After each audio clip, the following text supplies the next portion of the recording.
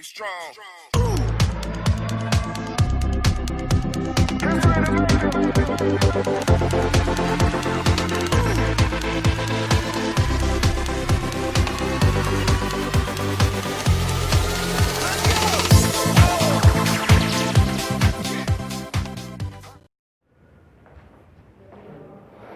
Hello students, आज जो मैं आपको बताऊंगा हिंदी के बारे में बताऊंगा और हिंदी का काफ़ी इम्पोर्टेंट विषय है, एक टॉपिक है जिसे हम कहते हैं भाववाचक संज्ञा।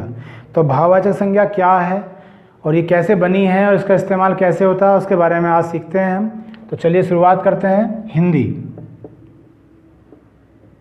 और हिंदी के अंदर जो आज हमारा टॉपिक है बच्चों वो है भाववाचक संज्ञा। भाववाचक संज्ञा। तो यहाँ से क्वेश्चन आ ही जाते हैं कि भाववाचक संज्ञा क्या है, या 4 ऑप्शन देके पूछ लिया जाता है कि भाववाचक संज्ञा क्या है, उसे पहचानिए। तो कैसे करेंगे और क्या होता है इसकी बात करते हैं। सबसे पहले तो हम बात करेंगे कि भाववाचक संज्ञा होता क्या है। तो इसे आप कह सकते हैं कि भाववाचक संज्ञा जो है ये कोई मूल शब्द नहीं है, ओरिजिनल वर्ड नहीं होता। तो लिखेंगे यह मूल शब्द नहीं है। क्योंकि हम हिंदी पढ़ रहे हैं तो मैं अब इंग्लिश शब्दों से परहेज करूंगा और हिंदी में ही आपको बोलूंगा। यह मूल शब्द नहीं है, यह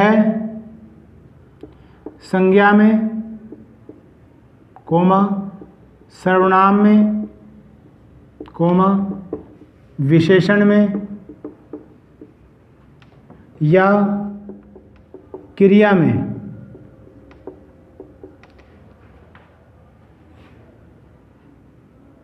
प्रत्यय जोड़ने से प्राप्त होती है। तो यहाँ क्या लिखा गया है बच्चों कि भाववाचक संज्ञा जो है कोई मूल शब्द नहीं है। अगर हम संज्ञा में, सर्वनाम में, विशेषण में या क्रिया में कोई प्रत्यय जोड़ दिया जाता है, प्रत्यय के बारे में आपने सुना होगा, उपसर्ग हमेशा शुरू में जुड़ता है और जो प्रत्यय है वो शब्द के अंत में जुड़ता है। तो फिलहाल प्रत्यय जोड़ दिया जाए अगर इन चारों में से किसी एक में, तो जो नया शब्द बनेगा उसे हम भाववाचक संज्ञा कहते हैं। ठीक है, ये मैंने थोड़ी सी इसकी परिभाषा लिखी है। अब इसे और बेटर समझने के लिए इसके उदाहरण देखते हैं। उदाहरण से आपको थोड़ी सी बात और समझ में आ जाएगी। जैसे इसका पहला उदाहरण है, पहला हमने संज्ञा लिखा है तो हम संज्ञा से ही शुरुआत करते हैं।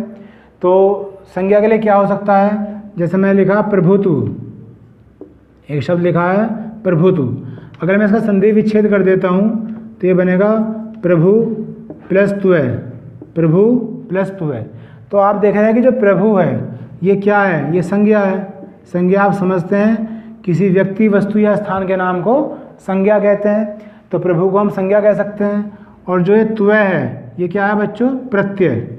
मैंने अभी कहा था कि जो मूल शब्द होता है उसके बाद में यानी कि अंत में जो शब्द जुड़ता है जिसकी वजह से मूल शब्द में विकार उत्पन्न हो जाता है तो उसे ही हम क्या कहते हैं, प्रत्यय कहते हैं। तो इस तरह से मैंने बताया कि एक शब्द है प्रभुत्व, ये संज्ञा में प्रत्यय जोड़ के बना है।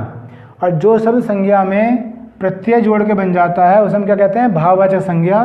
तो प्रभुत्व भी एक भाववाचक संज्ञा का क्या हुआ, उदाहरण हुआ। ठीक, इसी तरह से दूसरा उदाहरण लेते हैं, पशुता। अगर हम पशुता को लेंगे तो हम लिखेंगे इसे संधि विच्छेद में पशु प्लस ता ही लिखना पड़ेगा। और जो पशु है ये भी क्या है बच्चों, संज्ञा है, और प्लस ता क्या है, प्रत्यय। तो इसे भी उदाहरण किसका हो गया, भाववाचक संज्ञा का हो गया। क्योंकि जब भी हम संज्ञा में प्रत्यय जोड़ेंगे तो क्या बनेगी, भाववाचक संज्ञा बनेगी। तो अभी हमने 2 उदाहरण देखे हैं, ये दोनों उदाहरण किसके लिए मैंने, संज्ञा के। अब लेते हैं सर्वनाम के उदाहरण, देखते हैं कि सर्वनाम के उदाहरण क्या हो सकते हैं। जैसे सर्वनाम में उदाहरण हो सकता है ममता। अगर मैं ममता का संधि विच्छेद करूंगा तो बनेगा मम प्लस ता, मम प्लस ता।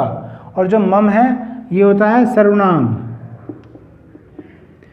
संज्ञा क्या है, सर्वनाम क्या है, ये आपको पता होगा। बाकी अगर नहीं पता होगा तो किसी और वीडियो में देखेंगे। और जो ता है ये क्या है बच्चों, प्रत्यय।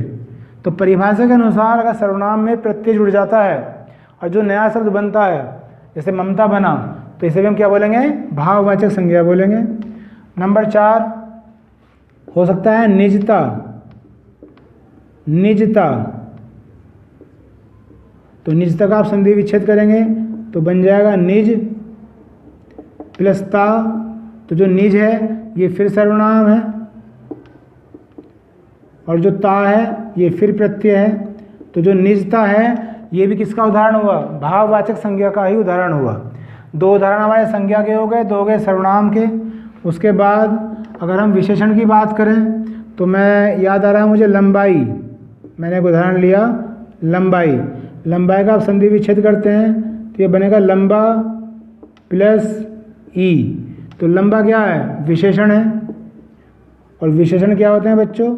जो संज्ञा और सर्वनाम की विशेषता बताएं। तो लंबा क्या हुआ? विशेषण हुआ। और ई क्या हुआ? प्रत्यय हुआ। तो जो लंबाई है ये किसका उदाहरण है? ये भी भाववाचक संज्ञा का ही उदाहरण आपको दिखाई दिया। ठीक, तो ये मैंने 5 उदाहरण दिए अभी आपको।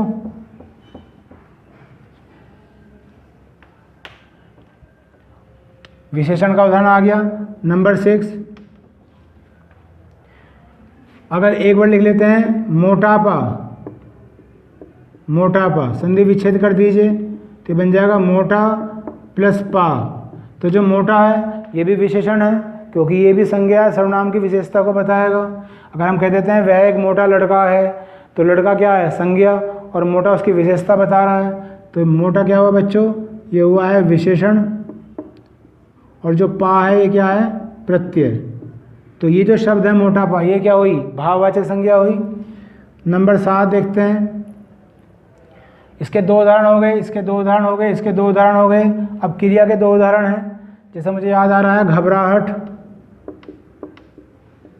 अगर हम घबराहट का संधि विच्छेद करते हैं तो बन जाएगा घबराना प्लस आहट। घबराना प्लस आहट। तो जो घबराना है ये क्या है बच्चों? क्रिया। और जो आहट है ये क्या है? प्रत्यय। तो ये भी उदाहरण किसका हो जाएगा? भाववाचक संज्ञा का हो जाएगा। नंबर 8, इसी तरह से ले लेते हैं एक वर्ड थकावट। तो अगर इसका संधि विच्छेद करेंगे तो क्या बन जाएगा? थकना प्लस आवट। तो थकना क्या है? क्रिया है। और आवट क्या है बच्चों? प्रत्यय। तो आपने देखा कि भाववाचक संज्ञा क्या होती है। तो मैंने आपको बताया कि भाववाचक संज्ञा जो है एक मूल शब्द नहीं होता है। यह संज्ञा में, सर्वनाम में, विशेषण में या क्रिया में अगर हम किसी प्रत्यय को जोड़ देते हैं तो जो नया शब्द बनता है उसे हम भाववाचक संज्ञा कहते हैं। और ये मैंने आपको उदाहरण देके समझाया। तो मुझे उम्मीद है कि आपको समझ में आ गया होगा। कोई अगर आपसे पूछेगा कि भाववाचक संज्ञा क्या है तो उसे आप एक अच्छी तरह से बता पाएंगे। इस वीडियो में इतना ही। बाकी आप मुझे देख रहे हैं इसके लिए थैंक यू वेरी मच। जल्दी ही नेक्स्ट वीडियो में मिलेंगे। बाय।